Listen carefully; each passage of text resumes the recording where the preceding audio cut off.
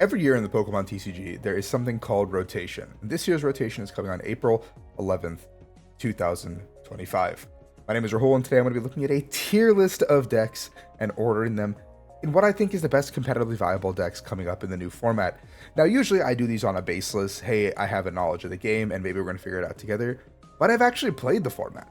I went all the way to Japan. I flew to Fukuoka, Japan, to compete in a Champions League of over 5,000 Masters TCG players, where I got to experience the new format firsthand, and I actually went 12-3. I was a game off of making top cut, and finished 40th out of 5,400 players.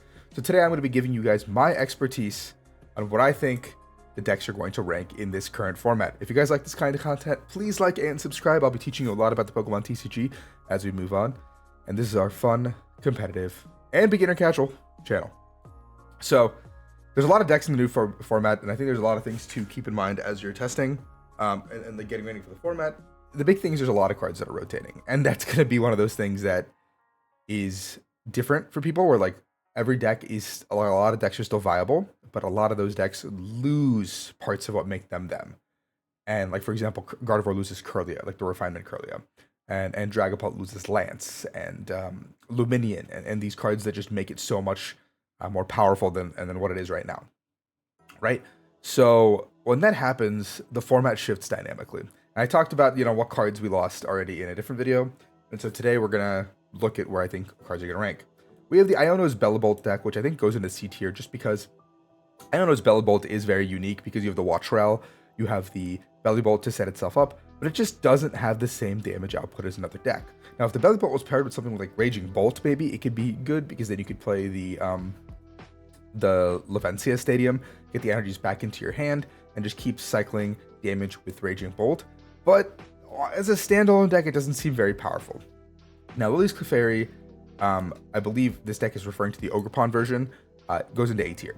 I think this deck is very powerful. You're basically just playing a Lightning Rondo style deck with Ogerpons, green Ogerpons, to basically just power these up. You have Lily's Pearls to make this card into a one prize attacker, which is just really ridiculous that now you have something with Area 0, this card, probably the Fan Rotom engine. Maybe you're just playing like Ogerpons at like a more aggressive engine with Squawk and a bunch of those cards. It basically just sets itself up, does a ton of damage, and you're telling your opponent, hey, you have to deal with this one prize beat stick that I have going on. And there's no vacuum in the format, so you really can't deal with the Pearl unless you're playing Jamming Tower. If you're playing Jamming Tower, you can deal with it, and then you can also chase down the other two prizes on the bench, realistically. And then the Clefairy also makes you really, really good into both Dragapult and Raging Bolt, which I think are going to be two of the best decks in the format moving forward. We have Mamoswine, which I actually think falls into B tier. This is a deck that impressed me as I was watching it see play. It looks really gimmicky because it's a stage 2 deck that does more damage based on stage 2s in play. But I think with 3 stage 2s, with I think it's like 180 plus like 60 or something, or 80 or something, I don't know. But it's like, for 3 stage 2s in play, you're basically one-shotting anything, which is huge. And this guy's a 340 HP behemoth that's weak to grass, so you're not really dying anytime soon or easily. So this card is something where the payoff is really, really good. It's just how can you efficiently get those stage 2s into play. Then we have N's Zoroark engine. I think this goes into I'm gonna put this in A tier. Yeah, I think it's A tier just because the engine itself is quite good. While the damage output at the end of the day is not the highest, and Zoroark does have trade, which allows you to discard a card from your hand and draw 2.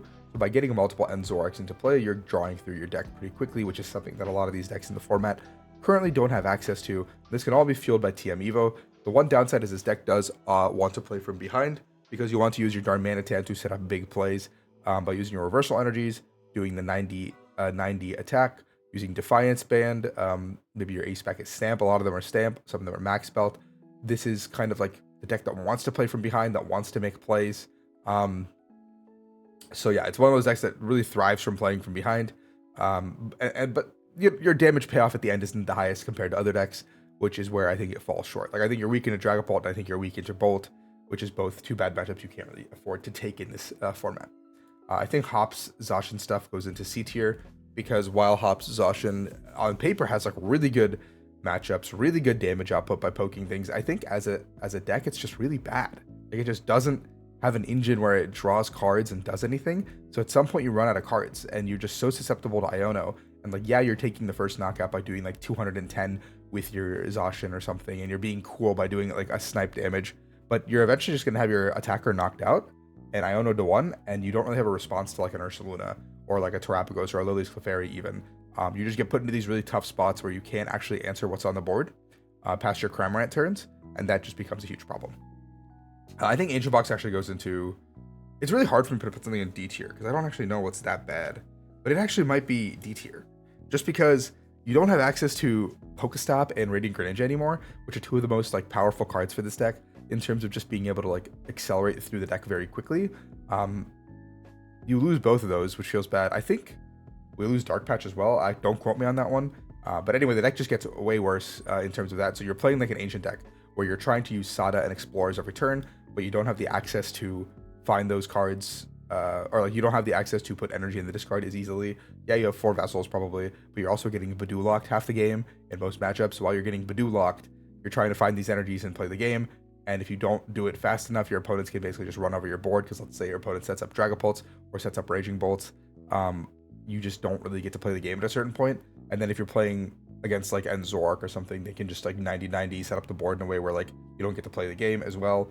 So it's one of those decks that just, I think, falls a little bit short of what it wants to do against any of the top decks right now. And it's because that the speed and the aggression that it used to have to get to that damage cap no longer exists for it. Blissey Monkey Door, I think I got to go into B tier. I actually was pretty low on this deck for a really long time. I just didn't think it was very good.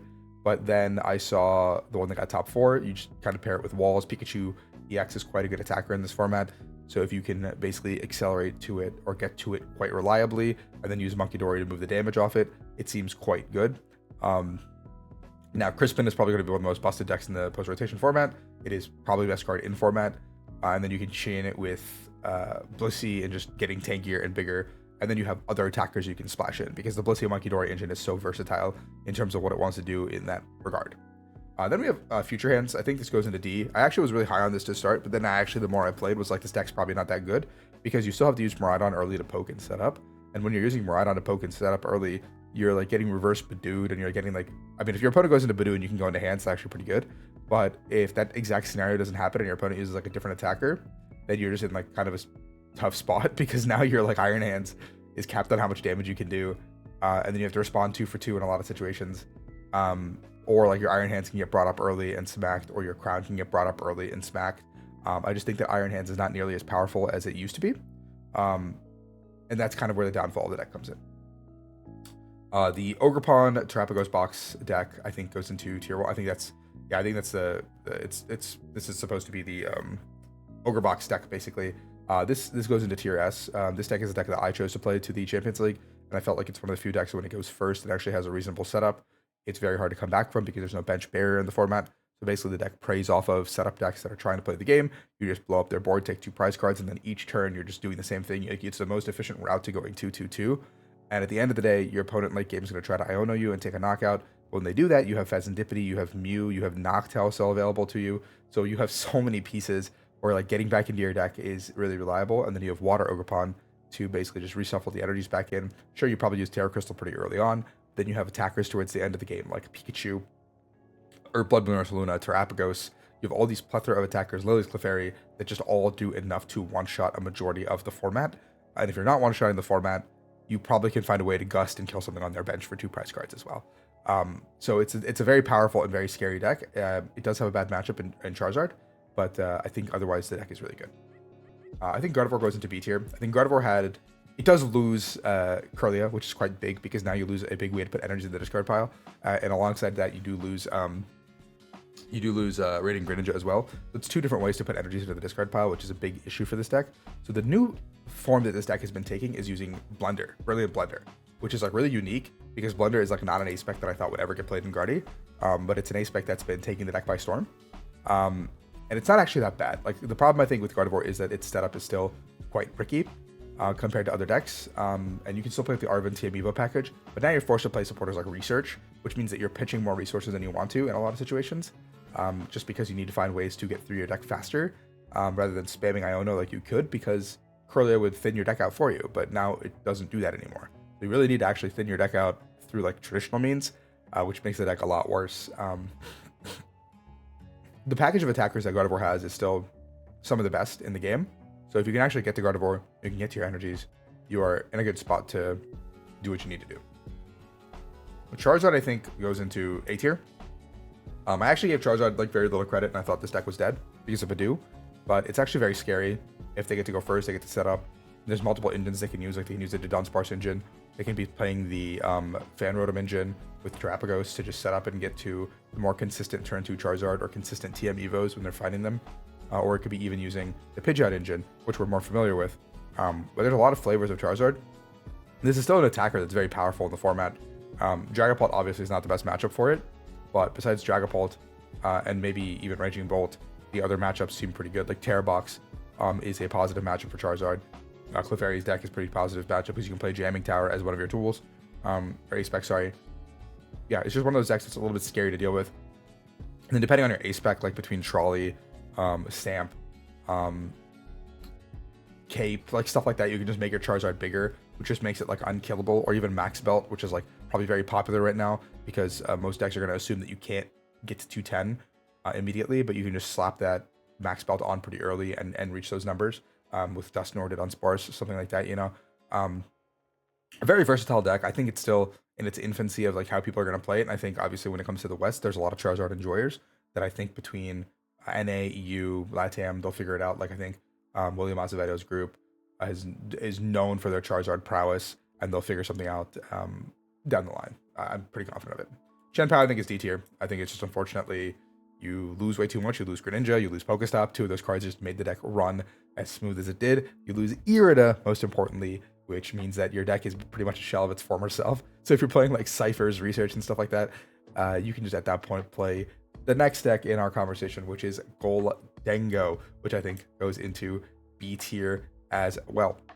I think Goldengo is quite good. I think Goldengo is one of the few decks that can also use TM Evo set up properly and like actually get set up. Pokestop being gone and Radiant Greninja being gone are 2 big blows for the deck as well. But you do have the ability to capitalize on now the TM Evo build, which we made popular over at UIC. So you can use TM Evo set up properly, and then you can use cards like the Dunsparce to actually draw your cards as the backup part of the engine. Because I think straight Goldengo probably doesn't work nearly as well in this format because you have a lot more one prize guys you have to take out, which means that you have to have your own one prize attackers. Maybe Scizor as a partner could be quite good to deal with stuff. Obviously, there's a lot of wall stall in the format that has been existing. Yeah. Then we have the Eevee's deck. I actually don't know where to put this because I'm not a big believer in it, but I think B tier is probably the best place to put it. I think it is one of the more unique decks that has come out of the format because it has baby Terra Pokemon that are quite big. And then the Flareon can accelerate to your board. The Leafeon is really good at healing. It's one of those decks where I think if it gets ahead and your opponent doesn't have a great answer immediately, it just kind of takes over the game. But I'm not sold that this deck is actually very good. I think it's very cool. I think that it can put all the pieces together, but I don't think you have a reliable draw engine. I think your deck kind of fizzles out after your first or second Noctowl, which is kind of why I think this deck is like pretty Iono susceptible. Like I think if you can knock out like the Flareon or the Leafeon or whatever's attacking that given turn and then spam Iono, I think this deck just gets folded.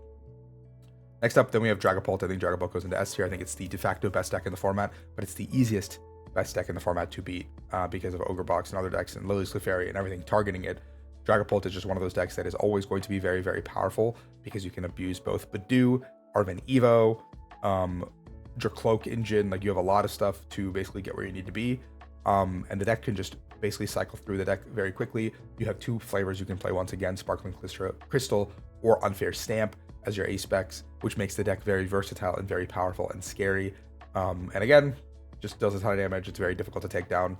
Sure, Lily's Clefairy exists as a natural predator for the deck now, but it is very, very scary.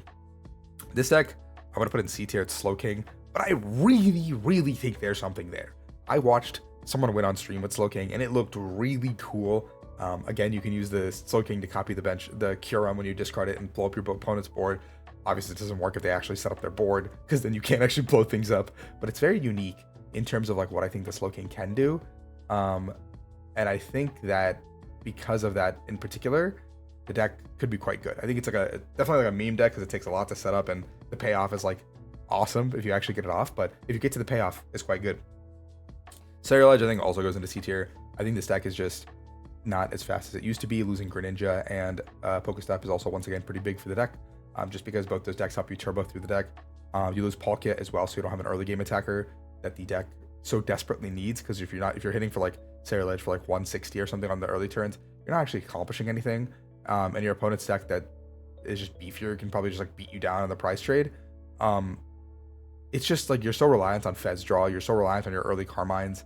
Like you don't have Luminion to find the Carmine anymore either. Like you lose a lot of consistency pieces. And I think that really, really hurts the deck at the end of the day. I think Arcaludon goes into B tier as well, just because this deck is like just your big beater of the format, where if you just evolve into Arcaludon, you send it up and you say, hey man, like do something about this. A lot of the time your opponent might not be able to do something about this. Relicanth is still quite a good card in the deck. You don't have any Dialga anymore or Greninja. We didn't really need those cards anyway, I think. Like Dialga was a great way to come back into matchups, but you didn't need it. You don't need like Thornton and stuff either. Like they were just cute cards to have. And now the deck just goes up on like Research, goes up on Turo, goes up on Boss, and like basically just has like a much more linear game plan in terms of we're gonna like beat you down. I don't know what the correct ace spec for this deck probably is. It's probably still Scoop Up Cyclone. I mean, I guess you could play Scramble Switch still, but there's no Dialga anymore, so I don't really know why you would do that. It's probably just Scoop Up Cyclone to just make it like so your opponent has to go through like 3 Arcaludons basically, which is really hard for a lot of decks to do. Like even Dragapult has a difficult time doing this. So if you can get those up and running, then your opponent has a tough time playing the game. But the problem is your deck is not the most consistent. And now losing Greninja also makes you less consistent. You are one of the few decks that can abuse Jamming Tower quite well. So that is something that is to be said about the deck. The problem is you just would rather be playing like Pokestop still, like in the format, than Jamming Tower. Like you want your deck to actually function, which it doesn't all the time.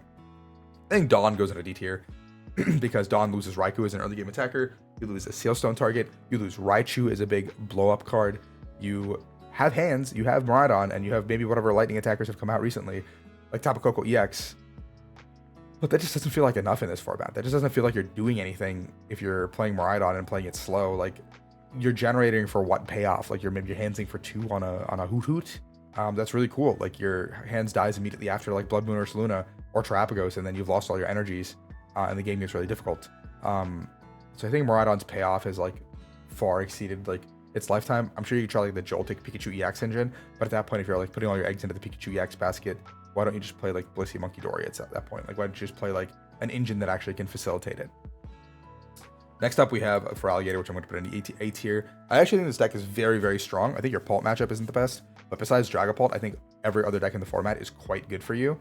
I think you are able to basically control the board, and like whatever walls you choose to play as your subsidiaries are going to be quite strong. And this deck is like deceivingly easy to play. I think it's actually pretty complicated in terms of like how patient you have to be, and like what moves you need to make at what point in time in the game. But the Feraligatr deck is really good because if you get ahead and you actually like set up perfectly, you can just race your opponent, and you almost certainly always winning the race because you're one prizers that have 180 HP. With Lux Cape, you go to 280 HP. And there's not a lot of things that can one-shot 280 HP in the format. And if they can, and you lose the extra prize, like that's definitely on you. Like you should not be able to make that mistake there. But the deck is very powerful. The problem is obviously its setup and draw engine are not great. So it does brick a little bit more than other decks. It's like trades like the consistency for power and aggression. Raging Bolt goes into tier A or S for me, because I think Raging Bolt is one of the few decks that can just go first, get your Fan Rotom engine going, absolutely obliterate and capitalize the board. The most unique part about this new engine of Raging Bolt is you don't have to take the first knockout with Bolt, meaning you can take the first knockout with a Fan Rotom because a lot of things are 70 HP or less in the format. So you take the first knockout with Fan Rotom, you then go into Bolt and start playing the game the way you want to, and it gets really annoying because your opponent doesn't always find like the Gust on Raging Bolt to take 2 prize cards, or like an Ogerpon to take 2 prize cards that given turn. The deck also has evolved to starting to play Crispin, and with Noctowl you actually find it immediately. So if you're getting Badulok, the Crispin early game pulls the energy out of the deck for you. This deck does lose Pokestop and Greninja, which does feel like it should be a lot, like makes it a lot worse than it is. And so finding energy is still like the most difficult part about this deck. But with 3 to 4 copies of Earthen Vessel, as well as Crispin, you should be able to get to that first attack at least pretty easily. Any attack after that is a little bit sketchy. Like you have to find your Sada, obviously, and if you find like grass energies along the way and accelerate them onto your Ogerpons, like power to you. But you're not always going to have those energies. You're not always going to have the right cards in the right order. I think that's why this deck is like bottom of tier S, but it's still the most powerful deck for what it does. I think Frostlass stuff is like C tier, just because like he gets absolutely destroyed by Dragapult. He gets absolutely destroyed by Ogre-Box. I think it absolutely gets destroyed by Bolt. Like maybe you'd be Bolt depending on like if you're playing Walls or like a different one prize attacker, but like so many of the decks in the format don't really need to play into Frostlass. and they can just like beat you anyway. Like I think most of the decks in tier S and A just absolutely dominate the Frostlass deck. I think that's where like I put it as low as I do. Walls goes into tier A's finally. I think Walls is just one of those decks where like a lot of decks in the format below tier A don't have a great answer into this. So you just set up either Melodic, Foregraph, or Cornerstone and just say, hey, do something about it. And then you play Crispin to power them up and attack. But you are slower than a lot of the tier 1 decks at the top of the table.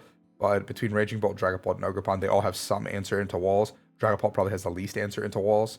And then the decks in tier A have a little bit of answer, but not a lot of answer. And then the decks in tier B and below really don't have a great answer into walls. So like if you set up a lot of the time, like either between Foregraph or Melodic, every deck has pretty, or Cornerstone, they have like a pretty difficult time dealing with it. Cornerstone obviously doesn't apply to like Dragapult or Raging Bolt, but like Melodic and Foregraph both are quite good in those matchups, where like you just set up the Melodic and you say do something about this. In some of them, and then Foregraph you just set that up and say like do something about this. And if the deck can do something about it, then it's like unfortunate for you. But if you can just win those free cheese games, it's also completely okay with you. So it's one of those things where the deck just takes auto wins and auto losses. It's like our new Snorlax basically of the format, but in like a different light. This is a lot longer than I wanted it to be. Thank you guys for watching. I hope you guys enjoyed this video. It was informative. I did get to play post rotation already, so this was actual feedback I'm giving you guys from a tournament that I played.